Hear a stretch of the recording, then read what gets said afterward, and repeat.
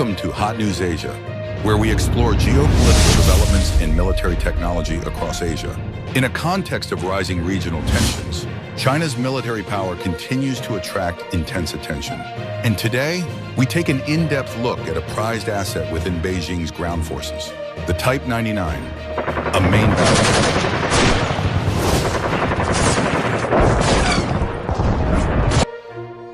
If China could access and select some of the world's top tanks such as the American M1 Abrams, Germany's Leopard 2, or South Korea's K2 Black Panther, why does it remain firmly committed to the Type 99A? This is not simply a question of which tank is the strongest.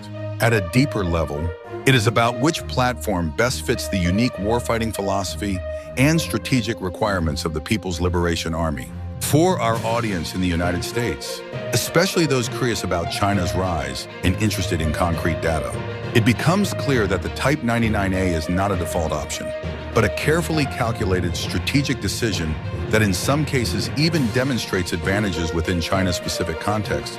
To better understand this choice, let us review the leading candidates. The American M1 Abrams, with its thick armor and powerful gas turbine engine, is a formidable war machine. However, its weight of more than 70 tons creates an enormous logistical burden, requiring complex supply chains and high fuel consumption. This makes it poorly suited to the diverse terrain and rapid deployment strategy of the People's Liberation Army. Germany's Leopard 2, which balances firepower, protection, and mobility, was designed primarily for European defensive environments. The People's Liberation Army's preference for fast, decisive operations in complex Asian terrain makes the Leopard 2 less optimal. Finally, South Korea's K2 Black Panther, despite its advanced technology, is simply too expensive, with a unit cost of more than $8 million United States dollars, making large-scale production difficult for a force as large as China's. The People's Liberation Army requires a solution that is economical yet effective, something the K2 cannot provide. After ruling out these elite tanks, it becomes clear that the Type 99A represents the strategic balance point for the People's Liberation Army. It does not need to be absolutely superior in every category, but instead optimizes the combination of key factors. First, firepower strong enough to strike first, with a 125mm smoothbore gun and gun-launched guided anti-tank missiles. Second, protection sufficient to survive, thanks to composite armor, third-generation explosive reactive armor, and active protection systems under development. Third, mobility suited to Asian terrain, with a combat weight of approximately 55 tons and a powerful engine. Fourth, a reasonable cost of roughly $2.5 million United States dollars per unit, allowing large-scale production and long-term sustainment. Finally, and most importantly, complete technological self-reliance, ensuring that China is not dependent on foreign suppliers and can customize and upgrade the platform as needed. This independence is not merely a technical advantage, but a strategic pillar in a tense geopolitical environment, helping China avoid risks related to sanctions or technology restrictions. Lessons learned through decades of development. The development journey of the Type 99A is a testament to China's persistence, beginning with the Type 59, a copy of the Soviet T-54 produced in the 1960s. The People's Liberation Army recognized its growing technological gap. A turning point came in the late 1960s when China captured a Soviet T-62, opening the door to studying more advanced tank technology. Over subsequent decades, China pursued steady modernization, initially copying and importing foreign technologies, from British tank guns to American diesel engines, gradually shifting from imitation to innovation. This development pace, driven by strong industrial growth and national policies aimed at high-technology self-reliance, allowed Chinese tanks to catch up with major powers by the early 21st century. After multiple efforts with the Type 69, Type 79, and Type 88, the Type 90 program, which later led to Pakistan's Al-Khalid tank, provided valuable lessons for the creation of the Type 99. The Type 99 was completely redesigned with a new turret, modern composite armor, and a digital fire control system, entering service in the early 2000s. The People's Liberation Army has continued to refine and improve its armored forces. In the middle of the 2010s, the Type 99A, a significantly upgraded variant, was publicly unveiled. Production accelerated throughout that decade. By the mid-2020s, China had produced approximately 1,300 units of the Type 99 and Type 99A combined, all reserved exclusively for domestic service.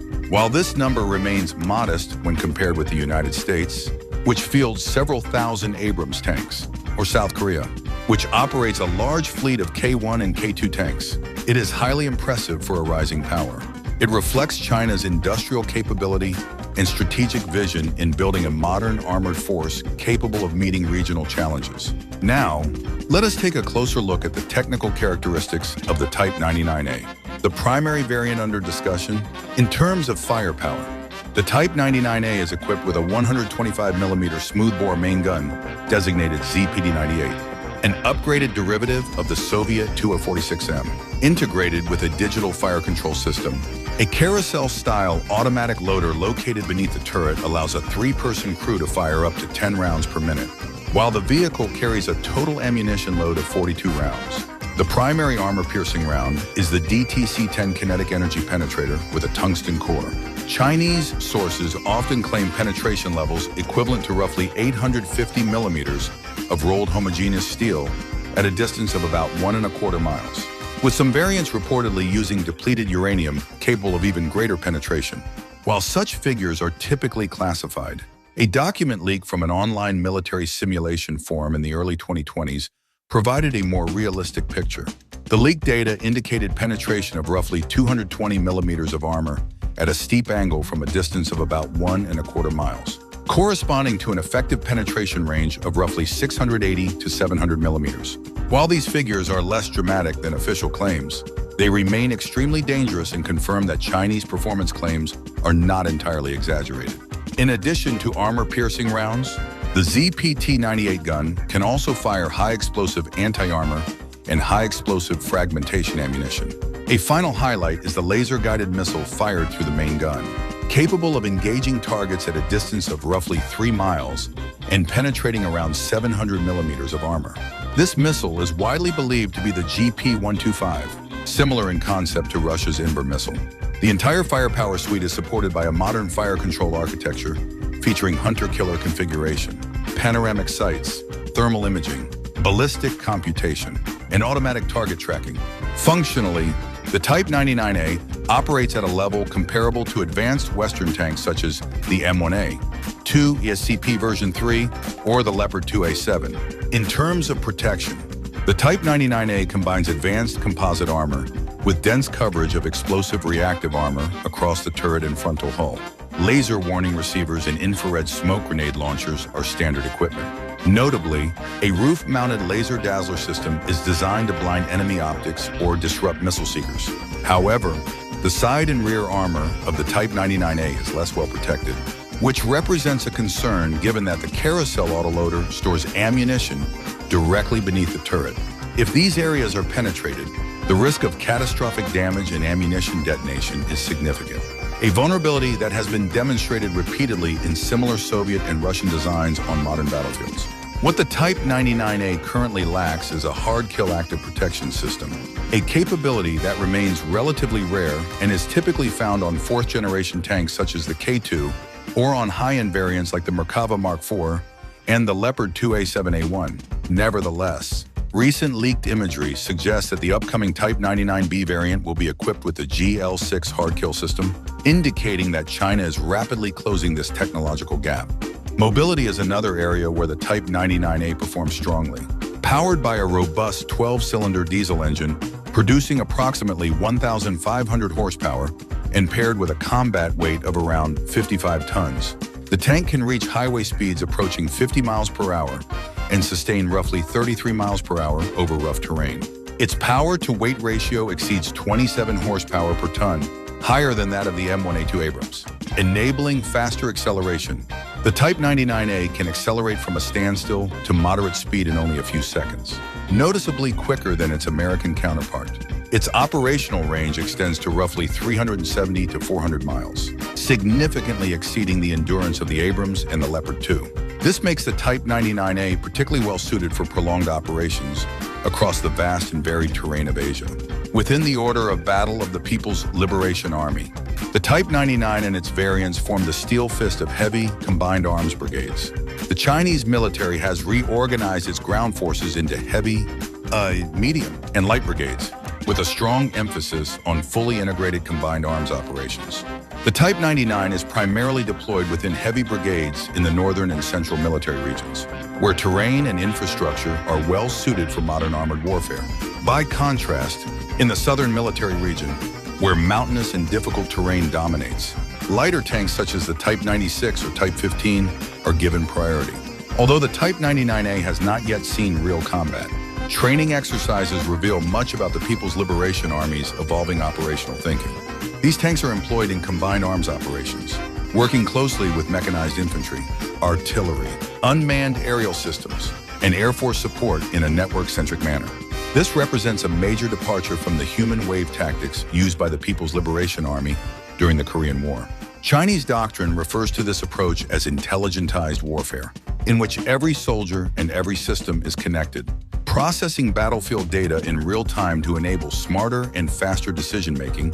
Chinese military leadership has drawn extensive lessons from Operation Desert Storm and the conflict in Ukraine, fully recognizing the demands of modern warfare. This reflects China's ambition to build a world-class military by the middle of the 21st century, with information dominance and high-speed decision-making at its core. During training exercises at Zhuri, the Type 99A typically operates in 3 tank platoons, moving behind ZBD-048 infantry fighting vehicles and unmanned aerial reconnaissance teams. Unmanned systems advance first to scout potential threats. Infantry units remain prepared to engage, and only then do the tanks move forward using overwatch tactics, advancing several hundred yards at a time. This approach illustrates that the Type 99A is treated as a battlefield effect, a tool deployed at specific moments and for specific purposes to break through defensive lines, rather than as a blunt instrument used indiscriminately. So, does the Type 99A truly deserve the praise it receives? Ma Ming, the chief designer of the Type 99A, has described it as China's first information-based tank, representing a complete break from the era of copying foreign designs and marking the first time a Chinese tank could meaningfully communicate with the rest of the force in a modern networked environment. The People's Liberation Army Daily has referred to the Type 99A as the crown of China's armored forces and frequently as the peak of the country's ground combat capability. Chinese officers have publicly stated that it can face any tank in the world. Based on what we have observed, this claim has some foundation. The gun is powerful, the armor is not weak, and the sensors and mobility approach world-class standards. However, a degree of skepticism is warranted, particularly regarding official claims of extremely high armor penetration figures that differ from what is reportedly communicated to troops. From a Western perspective, analysts such as Isaac Seitz view the Type 99A as an impressive engineering achievement with notable limitations, particularly in survivability due to the vulnerability of the carousel-style automatic loader when penetrated. The key point, however, is that no one truly knows how effective the Type 99A is, because it has never been tested in real combat. Dennis Blasco, a former United States military attaché in Beijing, has stated that the real test will only come when China's military is forced to prove itself in a future conflict. The lesson of Russia's T-14 Armata, widely praised as a revolutionary tank, but absent from the battlefield in Ukraine due to numerous issues, serves as a reminder against drawing premature conclusions. A training exercise in the late 2010s, in which a newly issued Type 99A unit was defeated by less advanced opposing forces, demonstrated that the issue was not the tank itself, but crew proficiency, operational skill, and coordination. Dr. Richard Bitzinger has noted that China's latest armor technology now exists within the same technological universe as that of the West. But battlefield effectiveness will ultimately depend on crew training, doctrine, and operational experience. Beyond its combat value, the Type 99A also carries deep symbolic meaning. It is a source of pride for the People's Liberation Army and the nation as a whole, appearing in major exhibitions, recruitment posters, and official media, where it is often praised as the standard-bearer of China's military innovation. The Global Times has even described it as the tank that leaves the West astonished. In summary, if we take an overall assessment, in terms of engineering, solid, and in some aspects, even excellent. Firepower, mobility, and optics all rank among the top tier. In terms of protection, mixed. Frontal armor is strong and sensors are capable. But limitations remain due to the automatic loading system and the current absence of a hard-kill active protection system, even though future variants are expected to address this. In terms of operational performance, unproven. It could perform exceptionally well, or it could turn out to be a paper tiger. At this point, we simply do not know. In terms of doctrine, impressive. The People's Liberation Army appears to be employing it intelligently as part of a modern, combined arms framework. However, data from training exercises suggests that expectations in this area should be tempered, at least in the near term. The Type 99A feels similar to an early era M1 and 2, full of promise, constrained more by experience and institutional maturity than by fundamental technical flaws. And it is important not to overlook one key factor. The platform is moving toward full-scale mass production, a critical element in determining the real strength of any armored force.